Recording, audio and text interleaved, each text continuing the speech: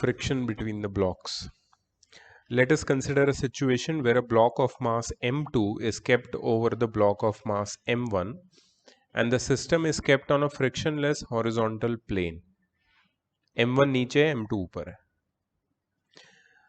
There is friction between the blocks and coefficient of friction is mu for the same. दोनों blocks के बीच का friction है, but lower block और horizontal plane के बीच में कोई फ्रिक्शन नहीं. Let the external horizontal force P be applied on one of the blocks. One of the blocks means either lower or upper block. If we consider both the blocks in a single system, then friction between the block becomes internal force and the only force acting on the system is P in the horizontal direction. अगर दोनों block को साथ में consider करेंगे तो external force P हो जाएगा जो हम लोअर ब्लॉक पे एग्जर्ट कर रहे हैं, और दोनों के बीच में जो फोर्स ऑफ फ्रिक्शन है वो इंटरनल फोर्स हो जाएगा, और वो इंटरनल फोर्स डिसाइड करेगा कि लोअर ब्लॉक को पुल करने से अपर ब्लॉक उधर ही रहेगा या पीछे गिर जाएगा. Yes, there are two possible cases. One is when applied force is not sufficient to start the relative motion between the blocks. What do you mean by relative motion between the blocks? हाँ, मतलब अगर दोनों को साथ में move करना है तो रिलेटिव मोशन जीरो होना चाहिए, रिलेटिव मोशन नहीं होना चाहिए. बट अगर नीचे वाले ब्लॉक को मूव करने से, फोर्स अप्लाई करने से, ऊपर वाला ब्लॉक अगर स्टेशनरी रहता है और नीचे वाला ब्लॉक आगे चला जाता है और ऊपर वाला ब्लॉक नीचे गिर जाता है, मतलब दोनों के बीच में रिलेटिव मोशन होगा. ठीक है. So applied force should be sufficient. एक तो अप्लाइड फोर्स इज सफिशिएंट और not to start the relative motion. ठीक है, ये हमें कंसिडर करना पड़ेगा. And in this case, both the blocks will move with common acceleration, that is P by m1 plus m2, which is common. P is the external force, m1 plus m2 is the total mass. Force upon mass is the common acceleration. उतना ही दूसरा block भी नहीं, पीछे नहीं, तो भी you are right.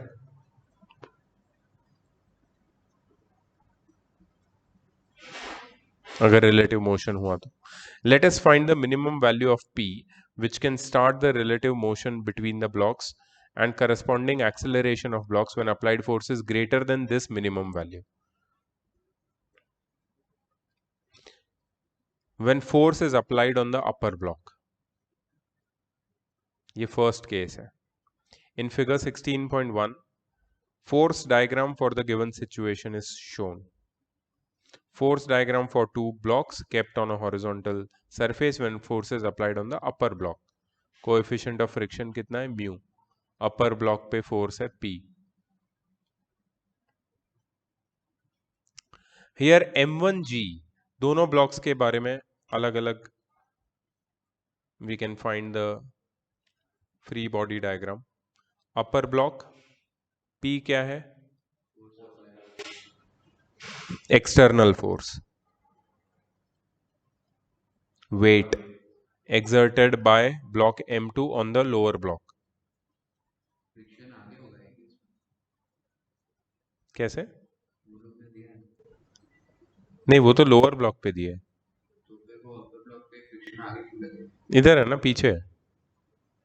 Block आगे move कर रहा है ना, तो फ्रिक्शन पीछे रोकेगा उसको. और ये क्या है? Normal reaction force. सही है ना? सब कुछ सही है इसके बारे में. What about this block? It's lying on a horizontal plane.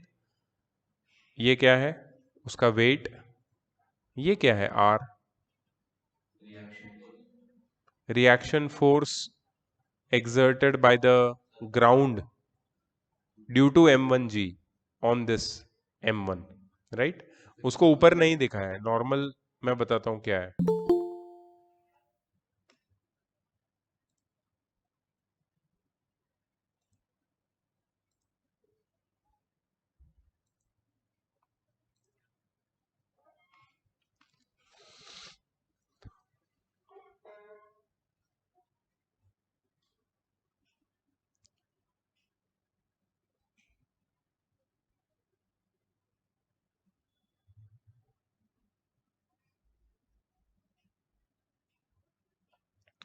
कुछ चीजें क्लियर नहीं है। ठीक है, पढ़ते हैं हम लोग।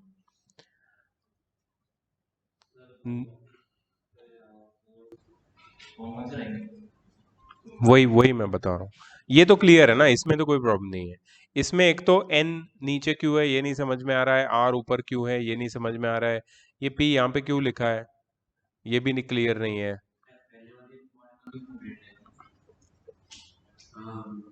हाँ वो तो रहेगा, लेकिन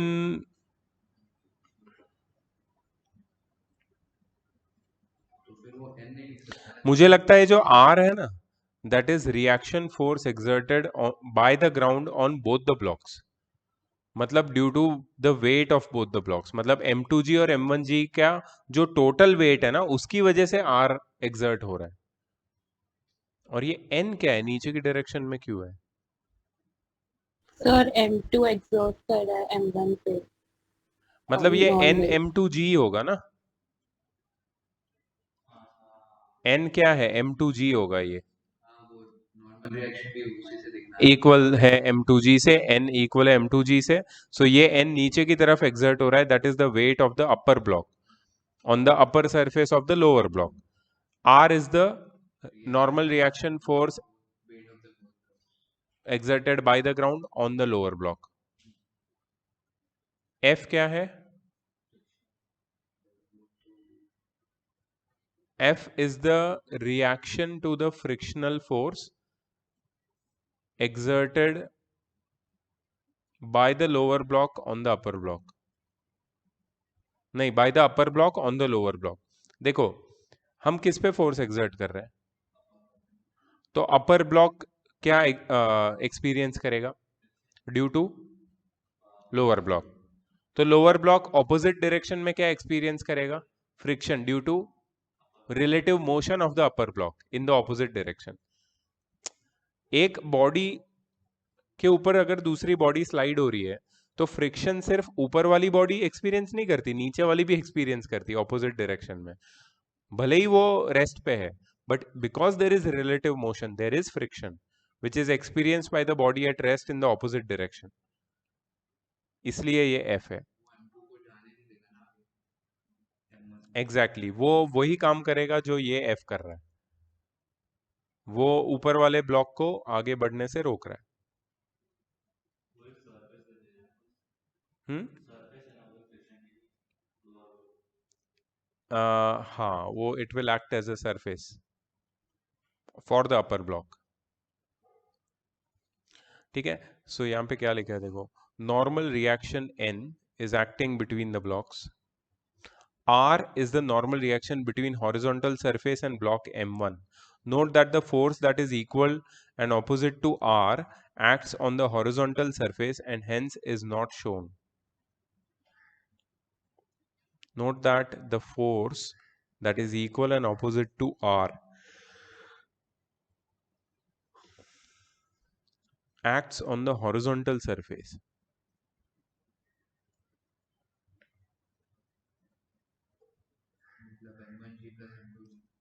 and hence not shown। ठीक है, when a small force P is applied along the horizontal on upper block then it develops the tendency to slide over the lower block।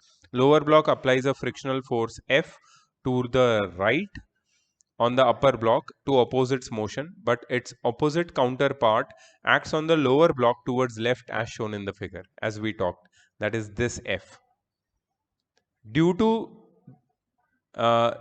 the frictional force exerted by lower block on the upper block, there exists a frictional block on the lower block due to the upper block, that is counterpart। Force of friction acting on the lower block becomes driving force for this block। Force of friction acting on the lower block, yes, suppose you have to walk, what you will do, when you have to walk you are pushing the earth in the backward direction, you're pushing the earth in the backward direction, but if there is no friction between your feet in the earth will you be able to go ahead? No। हाँ, तो ये जो force है,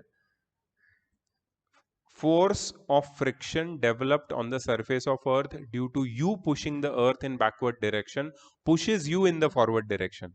This is that force, friction exerted on the body at rest, which is below. ठीक है.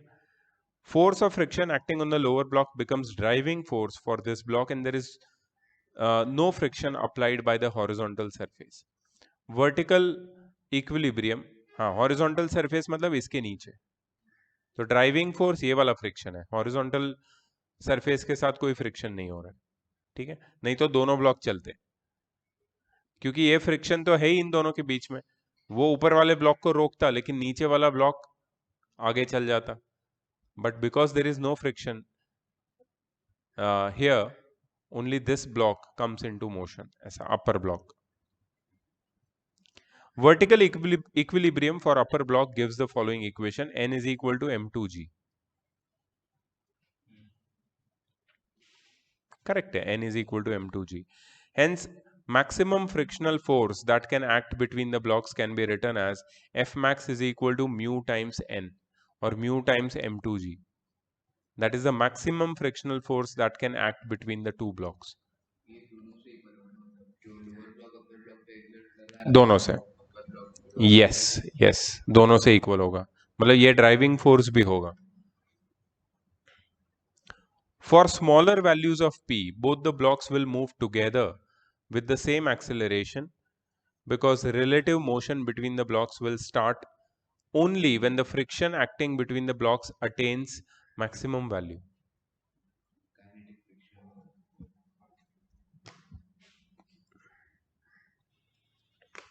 Suppose मेरे पास एक surface है,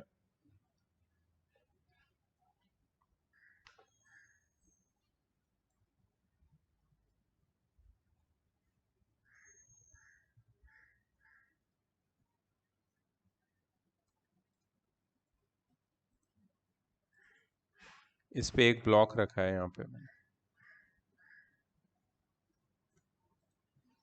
इसके ऊपर दूसरा ब्लॉक रखा है.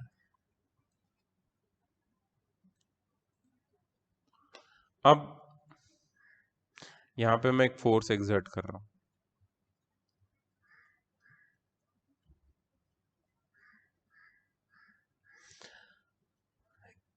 यहां पे फ्रिक्शन का क्या सिनेरियो है?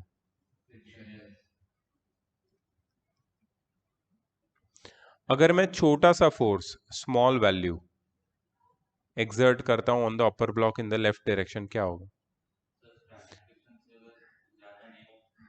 छोटा सा है, कौन मूव नहीं होगा, तो क्या होगा? तो पूरा बॉडी. हाँ, तो मतलब इसके बीच में फोर्स P से ज्यादा है. यहां पे जो फ्रिक्शन है F, वो F की वैल्यू ग्रेटर है P से. एग्जैक्टली. छोटा सा भी यहाँ पे पुश दूंगा ना मैं, तो हाँ हाँ, तो क्या होगा, छोटा सा भी फोर्स ये दोनों को साथ में रखेगा.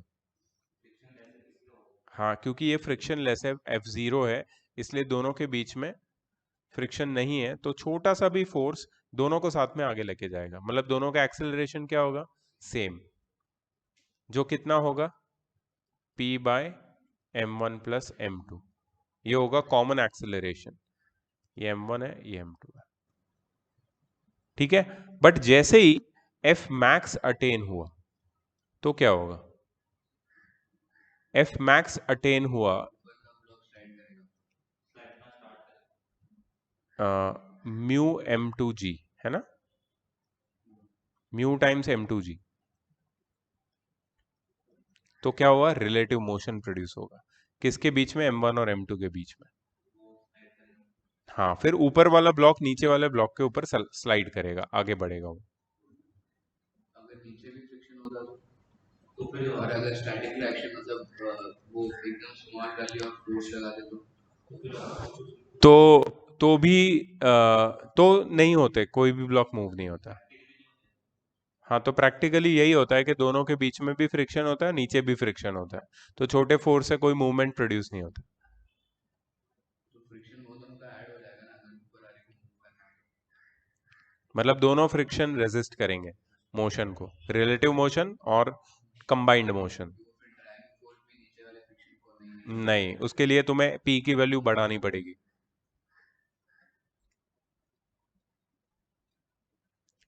वो डिपेंड करता है F1 और F2 पे। F1 ये अगर लेते हैं हम लोग और F2 ये लेते हैं तो इन दोनों की वैल्यूज पे डिपेंड करता है। अगर F1 F2 से ग्रेटर है तो दोनों की साथ में मूव करने की प्रोबेबिलिटी ज्यादा होगी, बट अगर F2 F1 से ग्रेटर है तो रिलेटिव मोशन की प्रोबेबिलिटी ज्यादा होगी।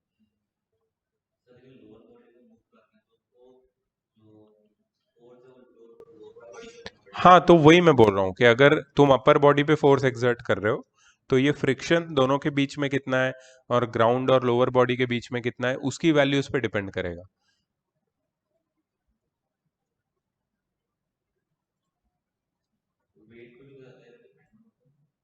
अगर फ्रिक्शन नहीं है तो फिर फ्रिक्शन वेट पे डिपेंड करता है, फ्रिक्शन ही नहीं है तो फिर वेट पे कैसे डिपेंड करेगा।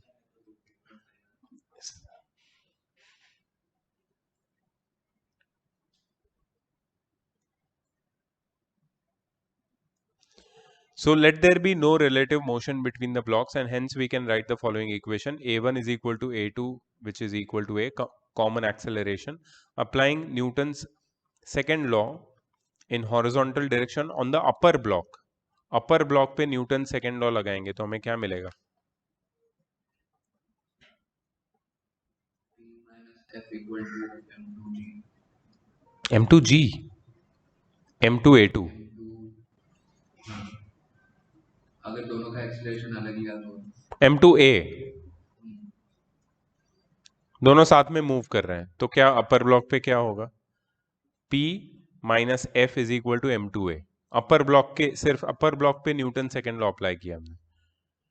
P minus F is equal to M2A, M2A2 नहीं M2A, क्योंकि A2 A1 दोनों सेम है। A रिलेटिव मोशन हो रहा है तो नहीं, रिलेटिव नहीं, combined motion. Let there be no relative motion. हम एग्जैक्टली हम लोग ये देख रहे हैं कि नीचे वाली जो सरफेस है वो फ्रिक्शनलेस है, ऊपर वाली सरफेस, ऊपर वाले और नीचे वाले ब्लॉक के बीच में थोड़ा सा फ्रिक्शन है और हमने एक छोटा फोर्स अप्लाई किया है। No relative motion will take place and that's why A1 A2 will be A and P minus F is equal to M2A and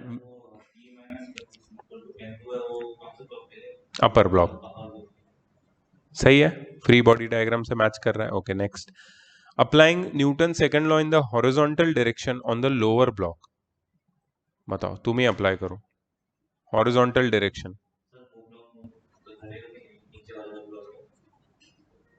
हाँ, वो तो नहीं कर रहा है मूव। हाँ, sorry sorry sorry, no relative motion, दोनों साथ में मूव कर रहे हैं।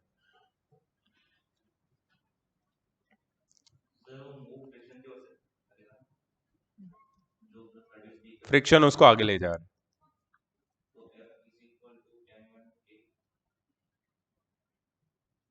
श्योर, M1 नहीं, उस पे उसका भी मार्क्स आएगा।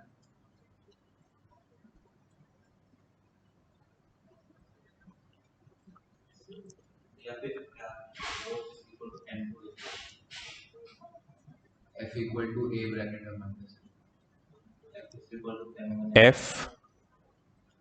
F equals to M1 M1 plus M2 times A। मुझे भी ये लग रहा है क्योंकि लोअर ब्लॉक पे जो नेट फोर्स है अपवर्ड हॉरिजॉन्टल डायरेक्शन में,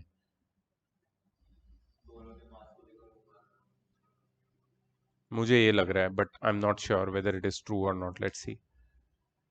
M1A लिया है सिर्फ वो लोगों ने, लोअर ब्लॉक को आइसोलेट किया है, सिर्फ लोअर ब्लॉक के मोशन को देख रहे हैं वो लोग।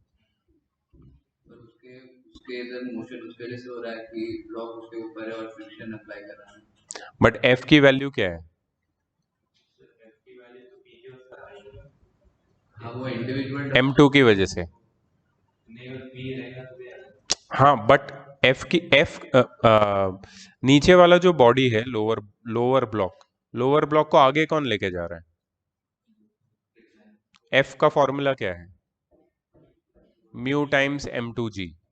P नहीं है, F के फॉर्मूला में P का है। F का फॉर्मूला क्या है? Mu times M2G। मतलब लोअर ब्लॉक किसकी वजह से मूव कर रहा है? अपर ब्लॉक के मास की वजह से। वो मास नहीं होता तो फ्रिक्शन नहीं होता, फ्रिक्शन नहीं होता तो आगे नहीं जाता। हम लोग क्या सोच रहे हैं कि फ्रिक्शन के फॉर्मूला में M2 क्यों नहीं है? M2 होना चाहिए। सही बात है, होना तो चाहिए M2, लेकिन ऐसे नहीं आएगा M2। F is equal to M1A आएगा सिर्फ, और F की वैल्यू देखो यहाँ पे,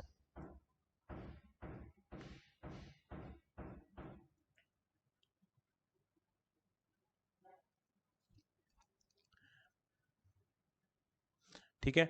सो ये लोअर ब्लॉक पे आ गया। ऑन सॉल्विंग इक्वेशन 3 एंड 4 हम लोग क्या करेंगे? P की जगह पे डालेंगे M1A, sorry P minus M1A is equal to M2A। So P is equal to M1A plus M2A, और A is equal to P by M1 plus M2, जो हमारा ओरिजिनल अजम्पशन था, common acceleration. And F is equal to, F की भी तो value चाहिए हमें।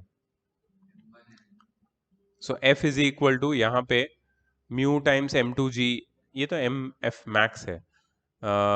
हाँ, A की जगह A की वैल्यू हम लोग यहाँ पे डाल देंगे, M1P upon M1 plus M2। ये हो गया तुम्हारा force of friction. We should remember that common acceleration given by equation 5 is correct only when force of friction given by equation 6 is less than its maximum value, less than its maximum value. मतलब P की value जब छोटी होगी तभी ये साथ में move करेंगे, और तभी कॉमन एक्सेलरेशन होगा। ठीक है, common acceleration is correct only when force of friction is less than its maximum value. हाँ, in other words we can say that friction given by equation 6 is required friction so that both the blocks may move together with common acceleration। मतलब अगर दोनों को साथ में move करना है तो this is the ideal amount of friction, this should be the ideal amount of friction।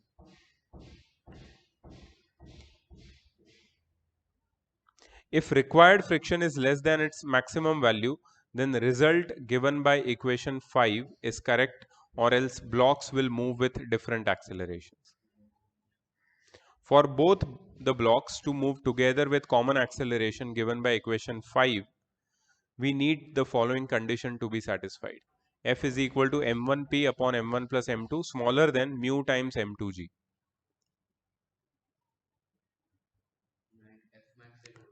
F max से छोटा होना पड़ेगा F को, F मतलब M1P upon M1 plus M2 को F max से छोटा होना पड़ेगा for both the blocks to move together and have common acceleration। Note that mu times M2G is the maximum value of friction between the blocks। They have written it like this, simplified it। Hence, the minimum magnitude of force P required for relative motion can be written as this much। This is the minimum value of P।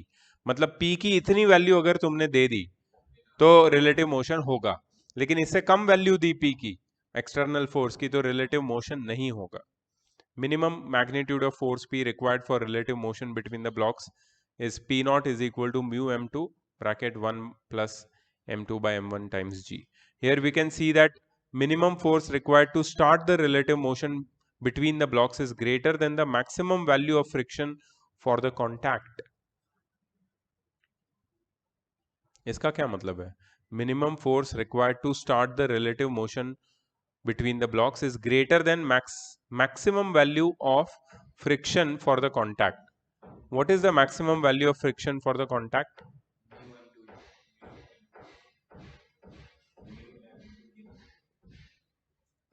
Mu M2G। Relative motion होगा मतलब। Sir वो लोग ने वो constant कैसे डाला है? कौन सा कांस्टेंट? इनइक्वालिटी की साइन हटा के नहीं, मतलब इधर देखना क्या लिखा है, P should be smaller than this for the bodies to have a common acceleration। What if P becomes equal to them? Then the body will not have common acceleration। So they have not actually, मतलब वो conditional है ना, कि अगर ये smaller नहीं equal हो जाएगा तो that will be the minimum value to have a, हाँ, to start the relative motion, to have a unique acceleration between upper and lower block. When applied force is greater than P naught, then relative motion between the blocks starts and friction becomes maximum, and A1 will be different than A2. We can apply Newton's second law on the blocks in horizontal direction to find the acceleration in this case. तो अगर P की value friction से greater हुई तो क्या होगा? तो relative motion start हो जाएगा, तो अपर ब्लॉक पे क्या होगा? अगर रिलेटिव मोशन चालू हुआ तो नीचे वाले ब्लॉक पर तो एक्सेलरेशन होना नहीं है ना, क्योंकि ऊपर वाले ब्लॉक पे हम लोग फोर्स एग्जर्ट करें तो फोर्स का एक्सेलरेशन ऊपर वाले में होगा। तो ऊपर वाले ब्लॉक पे क्या इक्वेशन बनेगा? P, हाँ, और F की वैल्यू क्या है? Mu m2g is equal to m2a2, और A1 क्या होगा? जीरो होगा, उधर ही रहेगा। तो A2 की वैल्यू मिल जाएगी P by m2 minus mu g. For lower block we can write the following equation. देखो ये रिलेटिव इक्वेशन है, तुम सही बोल रहे हो A1 0 है, but what if I take with respect to the upper block? अगर मैं अपर ब्लॉक के पोजीशन से देखूं तो मुझे लग रहेगा कि ये पीछे जा रहा है, उसी स्पीड से नेगेटिव साइन आ जाएगा। हाँ, तो अब लोअर ब्लॉक पे सोचो क्या हो रहा है? उसमें तो सिर्फ ड्राइविंग फोर्स हाँ तो वही बोल रहा हूँ कि अगर लोअर ब्लॉक के ऊपर अपर ब्लॉक स्लाइड कर रहा है तो लोअर ब्लॉक पे फ्री बॉडी डायग्राम में फोर्सेस कौन से हो गए? एक मिनट, म्यू m2g आगे के डायरेक्शन में होगा, और वो डायरेक्शन में तो उसको अपोजिंग कोई है तो equal to a1 force mass इनका मतलब m1 a1 लोअर ब्लॉक की बात कर रहे हैं। फ्रिक्शन की वजह से रिलेटिव मोशन हो रहा है, तो रिलेटिव मोशन का जो एक्सेलरेशन है वो रिलेटिव एक्सेलरेशन होगा फर्स्ट ब्लॉक का with respect to the second block, नहीं सेकंड, हाँ फर्स्ट ब्लॉक का with respect to the second block, that is m1 a1। So mu times m2g is equal to m1 a1, और a1 की value मिल जाएगी mu m2g by m1। पहले क्या मिली थी a2 की value? p by m2 into minus mu g, और यहाँ पे हमें मिल रही है mu times m2g by m1।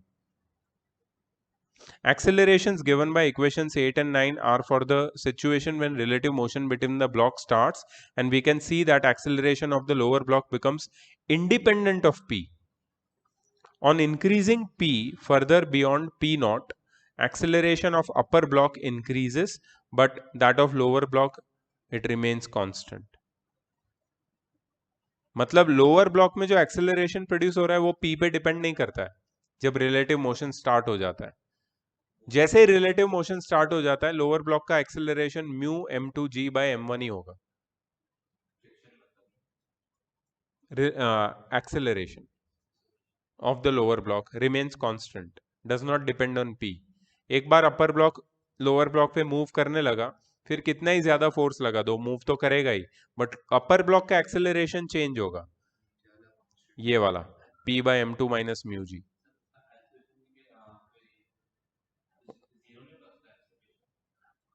तो हम लोग क्या कर रहे हैं यहाँ पे कि we are trying to understand the relative motion between them. मतलब अगर मैं नीचे वाले ब्लॉक को देखूं तो उसके ऊपर ऊपर वाला ब्लॉक स्लाइड कर रहा है, बट मैं अगर मेरा पर्सपेक्टिव ऊपर वाला ब्लॉक है तो with my perspective lower block is going back, you understand? If it is going back it should not have a zero acceleration. I am not seeing from a third view perspective, I am seeing with respect to each other, that's why we are again and again telling relative motion, relative। तो with relation to the upper block lower block is moving back, with relation to the lower block upper block is moving ahead, front। तो इसलिए दोनों में acceleration होगा, और नीचे वाले block का एक्सेलरेशन p पे डिपेंड नहीं करेगा, कांस्टेंट वैल्यू रहेगा। On increasing p further beyond p naught, acceleration of upper block increases, but that of lower block it remains constant। Acceleration का भी कुछ मैक्स वैल्यू होगा ना नीचे, ये वाला यही है मैक्स वैल्यू, यही वैल्यू है उसकी max value, mu m2g by m1। yes, yes, absolutely।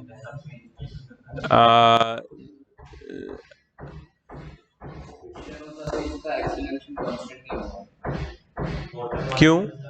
क्योंकि अगर एक्सेलरेशन ऊपर वाले का बढ़ रहा है तो ड्राइविंग फोर्स भी बढ़ेगा, तो फिर वो उसका मतलब, और नीचे भी फ्रिक्शन है ना, तो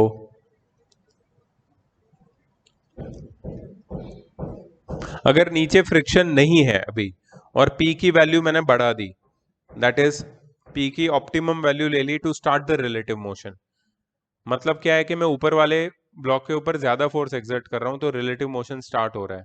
फ्रिक्शन होता तो भी कोई फर्क नहीं पड़ता, रिलेटिव मोशन ही होता क्योंकि वो तो रुका ही रहता अपनी जगह पे, नहीं करेगी मूव, फिर भी एक्सेलरेशन इतना ही रहेगा, नीचे वाले ब्लॉक पे फ्रिक्शन हो या ना हो इतना ही रहेगा एक्सेलरेशन।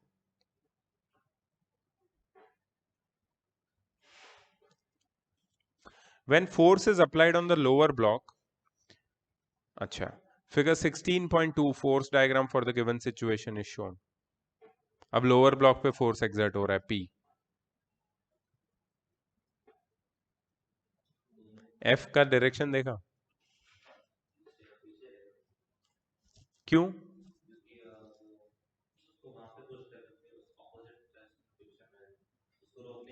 कौन रोक रहा है? फ्रिक्शन किसकी वजह से है? अपर ब्लॉक के वेट की वजह से, क्योंकि लोअर ब्लॉक के लोअर सरफेस पे तो कोई फ्रिक्शन है नहीं, तो उसको रोक कौन रहा है? तो F का वैल्यू क्या होगा? Mu times m2g, but friction नहीं है तो उसके वेट का क्या करेंगे हम? कुछ नहीं, उसका एक्सेलरेशन में उसका काम करेंगे, लेकिन नेट फोर्स क्या होगा चलो बताओ। अगर मैं लोअर ब्लॉक को आगे की तरफ पुश कर रहा हूं लेफ्ट साइड में तो उसका नेट फोर्स क्या होगा ये बताओ, आगे की तरफ लेके जा रहा हूं P minus F, P minus F is equal to M1A ना, M1A,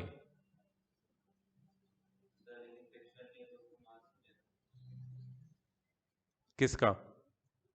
फ्रिक्शन कौन सा ले रहा हूं, F कौन सा ले रहा हूं मैं? हाँ तो वो तो लेंगे ही ना, उसकी वजह से तो दोनों आगे जाएंगे, कॉमन एक्सेलरेशन होगा। Are you getting this? ये मैंने आगे पुश किया इसको तो ये अकेला थोड़ी आगे आएगा, ऊपर वाला भी तो आगे आएगा, क्योंकि मैं छोटा फोर्स एक्सर्ट कर रहा हूँ, छोटा फोर्स एक्सर्ट कर रहा हूँ, यहाँ तो कोई फ्रिक्शन है नहीं, तो ये ऊपर वाला क्या करेगा ब्लॉक, ये उसके ऊपर, हाँ साथ में है, साथ में मतलब क्या है? रेजिस्ट करेगा उसके मोशन को, मतलब ये फ्रिक्शन पीछे पुल करने की कोशिश करेगा उसको, मतलब P minus F net force होगा। हाँ लेकिन एक्सेलरेशन क्या होगा लोअर ब्लॉक में? M1A, M1A। अच्छा अपर ब्लॉक में क्या होगा? अपर ब्लॉक को आगे कौन लेके जा रहा है? वो फ्रिक्शन से अगर जुड़ा नहीं होता लोअर ब्लॉक से और लोअर ब्लॉक पे फोर्स एक्सर्ट कर रहे हैं तो वो लोअर ब्लॉक उसको आगे लेके कैसे जाता? अगर ये दोनों के बीच में ये जो सरफेस है ये फ्रिक्शनलेस होती तो क्या ये आगे जाता उसके साथ? नहीं, ये पीछे स्लिप होके गिर जाता, लेकिन आगे जा रहा है, आगे जा रहा है मतलब फ्रिक्शन है, फ्रिक्शन है मतलब ड्राइविंग फोर्स कौन सा है अपर ब्लॉक का? F, तो अपर ब्लॉक पे नेट फोर्स कितना होगा? F की वैल्यू कितनी होगी? M2A। ठीक है, सो कुछ चीजें क्लियर कर लेते हैं। पहले तो N is equal to M2G, यहाँ पे कोई प्रॉब्लम है? F max is equal to mu times M2G, ठीक है। Let us first assume the case when there is no relative motion between the blocks, मतलब दोनों साथ में आगे जा रहे हैं, मतलब कॉमन एक्सेलरेशन है। Lower block P minus F is equal to M1 है, हमने वही बोला था। Upper block F is equal to M2 है, हमने यही बोला था। On solving equation we gate common acceleration whose value is same as the earlier case, कोई टेंशन नहीं है यहाँ पे। हाँ ये भी सेम है, ये क्या है? ये जो दोनों फॉर्मूले हमने देखे अभी, फ्रिक्शन का और एक्सेलरेशन का, ये कौन से केस के हैं? फर्स्ट केस हॉरिजॉन्टल टेबल पे जब कनेक्टेड व्हेन देयर इज, हाँ हाँ बट, हाँ वो तो सही है, ब्लॉक ऑन ब्लॉक में कौन सा केस है ये? when there is no relative motion between the blocks. You apply force on the upper block or the lower block, but if there is no relative motion between the blocks, then the acceleration will be common, will be equal to P by m1 plus m2. Huh? For both the bodies. And F, force of friction between the blocks, will be common, and it will be m2p by m1 plus m2 when there is no relative motion. We know that common acceleration given by equation 5 is correct only when required friction is given by equation 6 is less than its maximum value. Matlab F should be smaller than F max, that is mu times m2g. ठीक है, और P should be smaller than mu times m1 plus m2 times g. तभी ये दोनों साथ में बढ़ेंगे आगे. Hence the minimum value of force required to start the relative motion will be equal to mu times m1 plus m2 times g. मतलब इतनी छोटी वैल्यू अगर तुमने दे दी फोर्स को, इससे कम दोगे तो रिलेटिव मोशन होगा नहीं, दोनों साथ में बढ़ेंगे आगे. लेकिन इतनी वैल्यू अगर दे दी तुमने तो रिलेटिव मोशन स्टार्ट हो जाएगा. मतलब क्या होगा? एग्जैक्टली नीचे का बॉडी आगे बढ़ेगा, ऊपर का उधर ही रहेगा. But can we say that the acceleration of upper block is zero now? हाँ, relative to the lower block it will move back, relative to the upper block lower block will move ahead. So there is a relative motion, there is a relative acceleration whose value a1 and a2 separately can be found out just like before. इतना कुछ ये नहीं है अलग. तो eventually गिर ही जाएगा ना.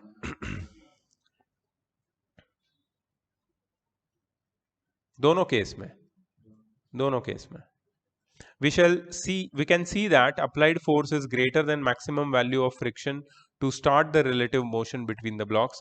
If P is less than P naught, then acceleration given by equation 5 is correct and there is no relative motion between the blocks. When applied force exceeds P naught, then the relative motion between the blocks starts and A1 is not equal to A2 and the friction becomes maximum. When P is greater than P naught, then the acceleration of the blocks can be calculated as, for the upper block, mu m2g is equal to m2a2. ये क्या है? What is this? This is when, this is for the upper block when the relative motion is present. Relative motion present है मतलब क्या है? कि upper block friction की direction में आगे बढ़ रहा है, पीछे बढ़ रहा है, पीछे जा रहा है, रिलेटिव टू लोअर ब्लॉक पीछे जा रहा है. तो मतलब कौन उसको पीछे ले जा रहा है? Frictional force, that is mu times m2g और is equal to mass times acceleration m2a2. So a2 is equal to mu g. ये एक फॉर्मूला मिल गया हमें when the force is applied on the lower block. ठीक है, for lower block net force कितना होगा? हाँ sir. Yes sir mu is equal to a by g इधर से आया क्या? Mu is equal to a by g इधर से आया मतलब हाँ, वो एक रेशियो था, उसका भी पहले एक रेशियो था. आई थिंक वो बहुत इंटरेस्टिंग रेशियो था और उससे काफी क्वेश्चन सॉल्व हो रहे थे. n बाय, हाँ, n बाय आर भी था वो, is equal to mu by g is equal to a by g. n by R, a by g, ये दोनों म्यू होता है और tan थीटा भी होता है ना म्यू. n बाय आर या फिर a बाई जी.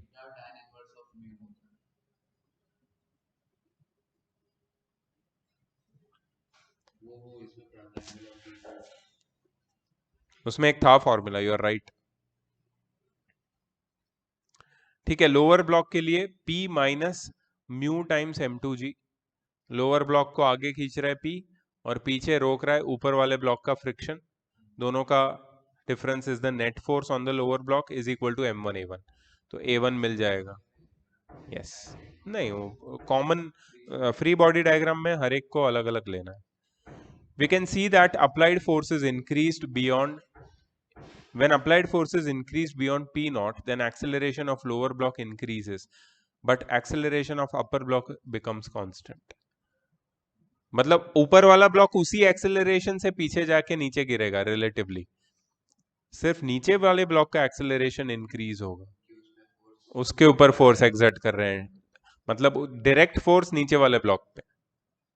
पिछले वाले में वो ऊपर वाले नीचे वाले का कांस्टेंट है।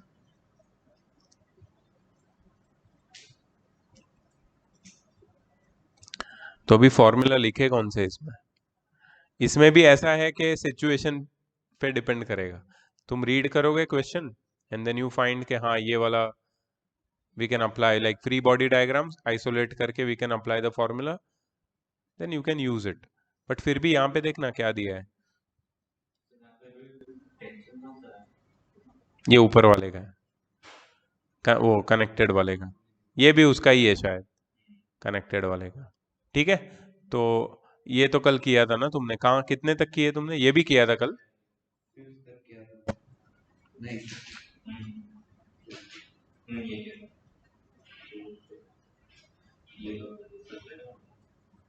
हम्म हम्म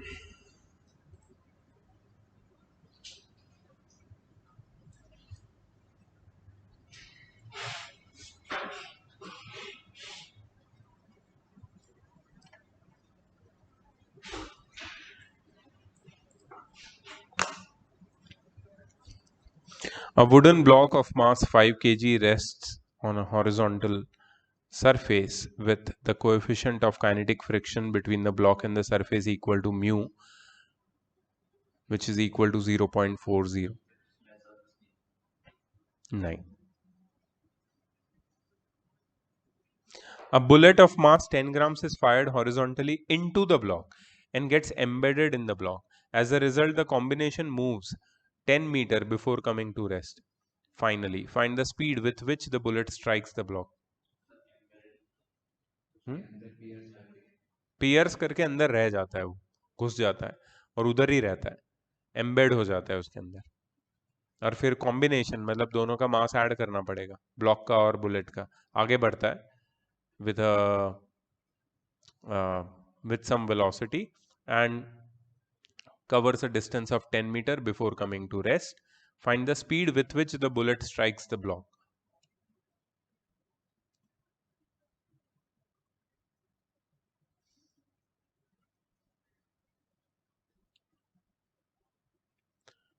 यहाँ पे हम लोग ये कर सकते हैं ना, work energy theorem. Work energy theorem मतलब kinetic energy imparted by the bullet is equal to, नहीं, kinetic energy imparted by the bullet,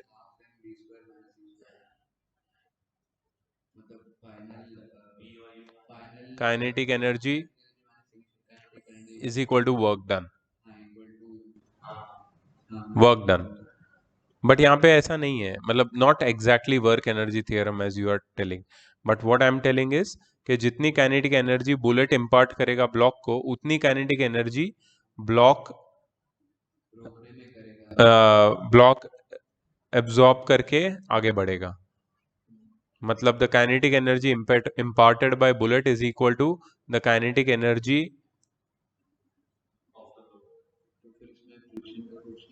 हाँ हाँ डेफिनेटली होगा, फ्रिक्शन भी होगा इसमें।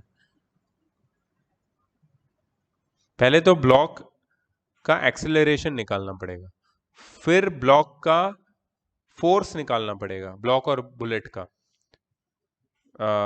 फोर्स मतलब कंबाइंड फोर्स, कंबाइंड वेट, और फिर कंबाइंड एक्सेलरेशन, कंबाइंड मास से आएगा force exerted by the bullet on the block. शायद एक मिनट थोड़ा कॉम्प्लिकेट हो रहा है, लेट्स। सर हाँ बोलो।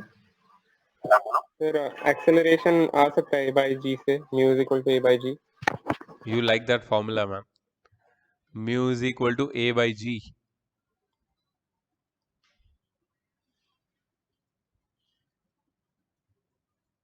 म्यू है 0.40, a is the acceleration produced directly,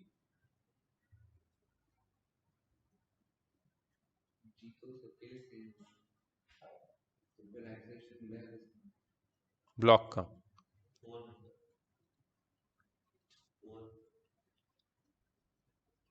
0, हाँ 4.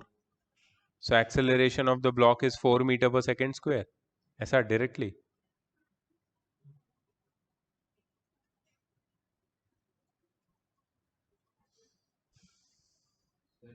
अच्छा, एक्सेलरेशन ऑफ द ब्लॉक मिला हमको,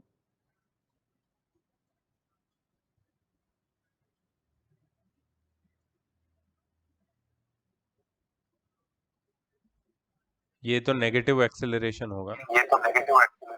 डिस्टेंस फॉर्मूला से आ सकता है 10 मीटर डिस्टेंस 10 मीटर बुलेट है, का force इनिशियल वेलोसिटी 0 मीटर पर second, sorry final velocity 0 metre पर सेकेंड.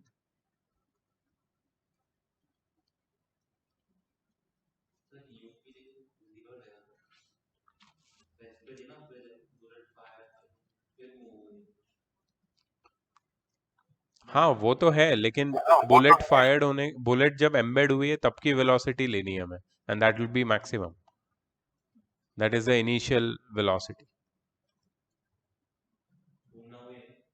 नहीं, वो तो initial velocity of the block है, which will be equal to the initial velo, उससे मिलेगी हमें initial kinetic energy of the block which will be equal to the final kinetic energy of the bullet when it struck. फिर दोनों को equate करके निकल सकता है, ट्राई कर सकते हैं. V square is equal to u square plus 2as, so 0 is equal to u square.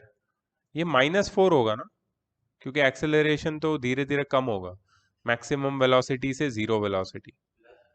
हाँ नहीं, माइनस होगा. हाँ तो माइनस ही होगा ना ये. हाँ तो फिर भी कम हो रही है ना उसकी स्पीड.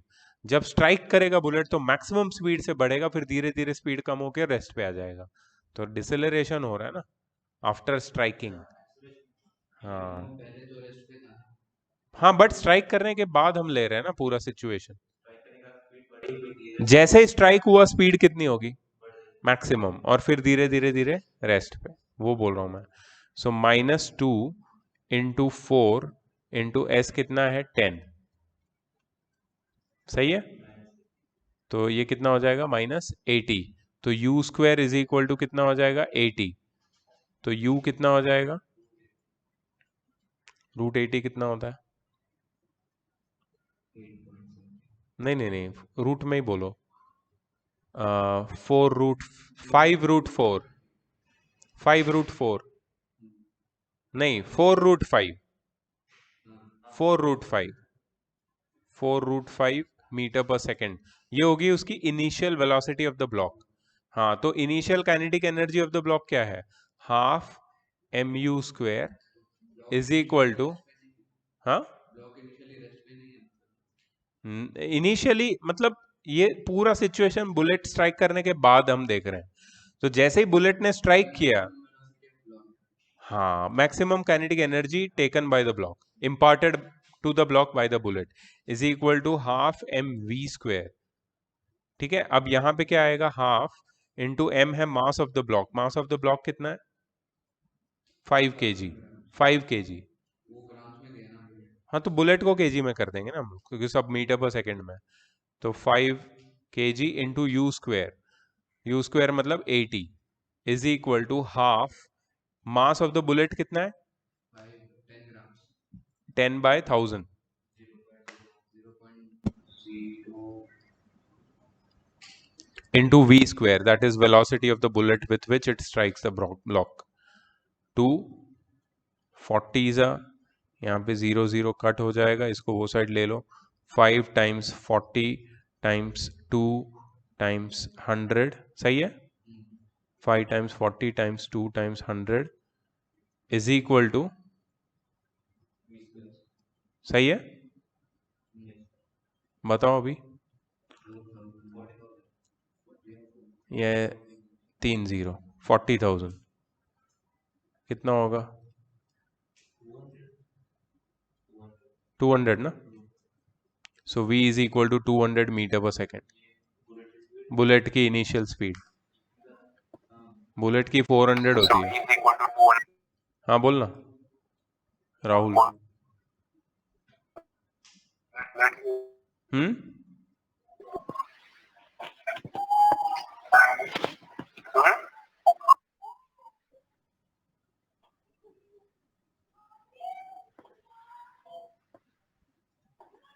गलत है। एक्सेलरेशन ही गलत है। -3.92 हमको क्या आया था?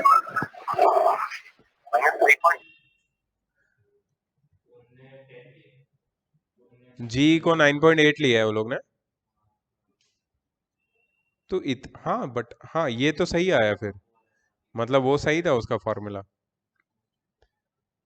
ये भी सही था फिर अपना, है ना? ब्लॉक का फाइनल स्पीड है ना। ब्लॉक का हमारा कितना आया था? हाँ तो 80 का रूट 8 पॉइंट तूने बोला था वही आया इन लोग का भी। फिर ये क्या है, ये क्या किया वो लोग ने?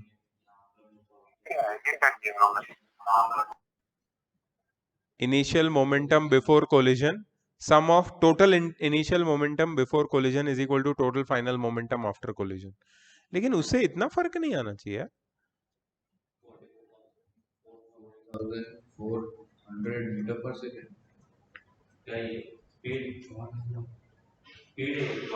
बुलेट की, ब्लॉक की नहीं, बुलेट की, before striking the block. Sniper है क्या? स्नाइपर का थोड़ा बड़ा बुलेट बट स्पीड ज्यादा होती है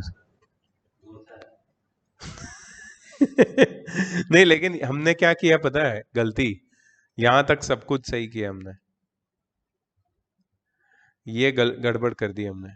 जब भी कोलिजन होता है ना दो बॉडीज का, काइनेटिक एनर्जी कंजर्व नहीं रहती है, मोमेंटम कंजर्व होता है, जो हमने पढ़ा भी था इसके पहले वाले पार्ट में। तो we did not apply this total initial momentum before collision is equal to total final momentum after collision. हमें सिर्फ ये करना था, हमने क्या किया, काइनेटिक एनर्जी सेम ले ली, वो हमारी गलती थी, मतलब मेजर मिस्टेक इन फिजिक्स। बाकी सब कुछ सही था अपना। तो मतलब राहुल ने एक बहुत बड़ी हेल्प कर दी, नहीं तो हमको बहुत लंबा जाना पड़ता। That is mu is equal to A/G। I think ये ऐसा मैजिकल फॉर्मूला है, ये लगता है कहीं कहीं तो, और we get the correct answer. Mu is equal to A/G। क्या था इसका रिलेशन, राहुल याद है? Mu is equal to N/R is equal to A/G is equal to tan theta. tan inverse of theta. tan inverse of theta, हाँ बराबर है। tan theta equal tan theta ही था, to theta is tan inverse of mu. हाँ sir. ये हमें बचाएगा formula. Anyways, तो ये एक बार और फिर से तुम ट्राई करोगे ये पूरा question, and then you will solve it with conservation of linear momentum. Next,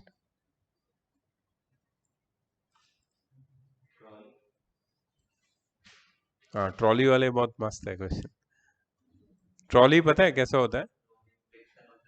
हाँ फ्रिक्शन तो होता ही है, बट अगर ट्रॉली रेस्ट पे है और तुम जंप करके भाग के आके जंप करके उसके ऊपर चढ़ जाते हो तो वो मूव करता है with a velocity little less than yours. So वो भी कंजर्वेशन ऑफ लीनियर मोमेंटम है। करना चाहिए ट्राई। नहीं रे, हाइपर सिटी में जाओ, अपना बाजार में नहीं अपना बाजार में मत करना ट्राई। अपना बाजार की ट्रॉली का साइज देखा है तुमने? बेबीज को बिठाने का भी होता है। कौन सा? वो बेबीज को बिठाने का भी होता है ना। हाँ हाँ हाँ हाँ, उसके ट्रॉली में ना एक ऐसा रहता है, कोई भी बेबी आज तक कंफर्टेबली बैठा नहीं उस पे गलत जगहों पे छुपता है वो What is the acceleration of the block and trolley system shown in the figure? ये ड्रॉ कर लोगे इतना? एक मिनट। इसको हम लोग साथ में ले लेते हैं.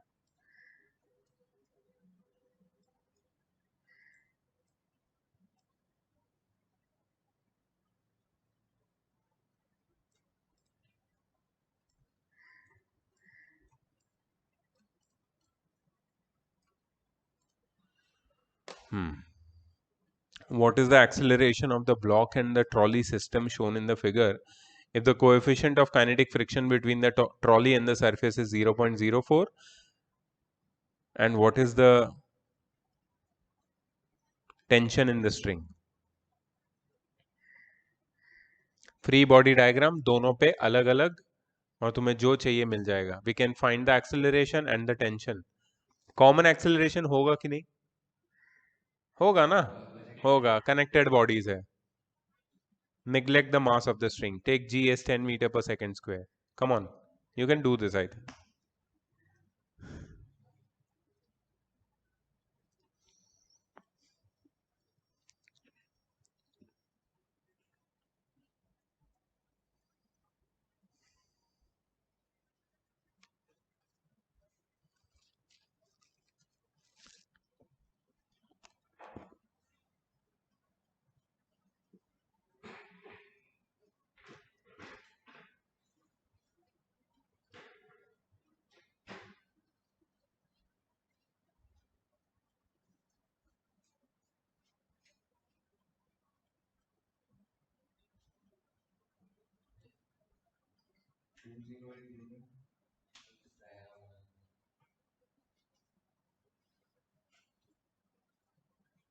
कोई भी एक में नेट फोर्स दे देना तो आ जाएगा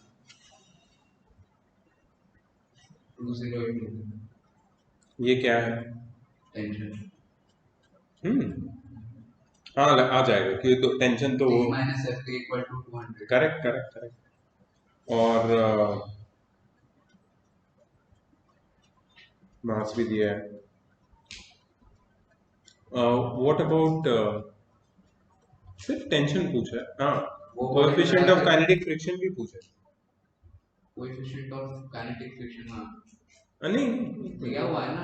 व्हाट इज द एक्सेलरेशन पूछा है. सॉरी, एक्सेलरेशन निकाल. ब्लॉक का. हाँ कॉमन ही होगा ब्लॉक का या किसी का.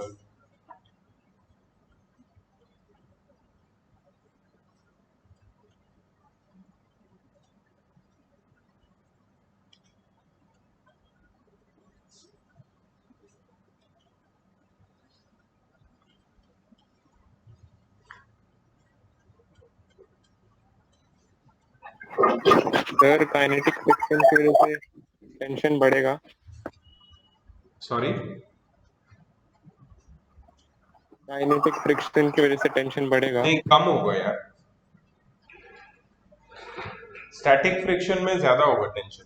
एक बार काइनेटिक फ्रिक्शन आया जिसकी वैल्यू स्टैटिक फ्रिक्शन से कम है तो पीछे की तरफ पुल नहीं करेगा ना ट्रॉली. ट्रॉली अब आगे चलने लगेगा in the direction of tension. मतलब टेंशन की वैल्यू कम हो जाएगी. एक बार ट्रॉली चलने लगी तो टेंशन की वैल्यू कम हो जाएगी. जब तक ट्रॉली रेस्ट पे तो टेंशन ज्यादा होगा. ट्रॉली मूव हो रही है ना राइट साइड. या हो रही है. समझा राहुल? Yes sir.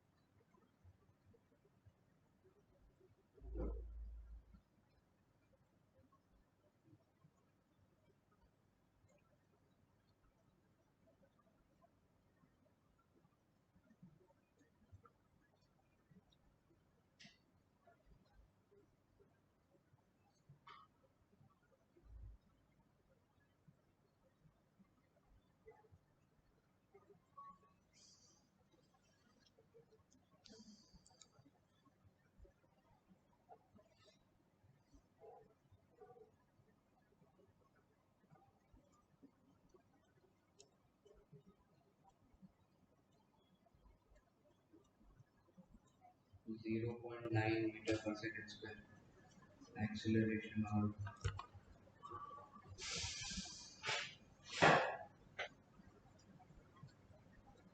0.96 मीटर पर सेकेंड स्क्वायर. और टेंशन कितना आया?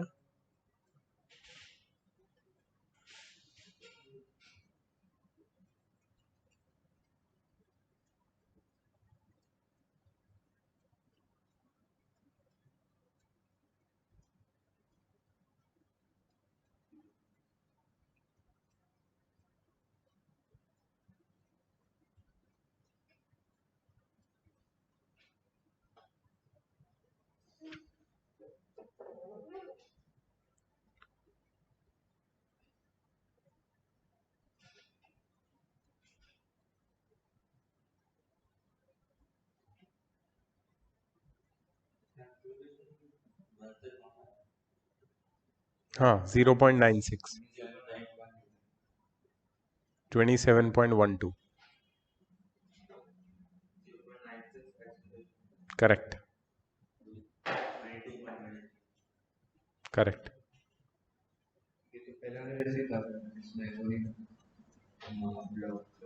कनेक्टेड कनेक्टेड मोशन ये तुमने दोनों ट्राई किए थे करो ना अभी करो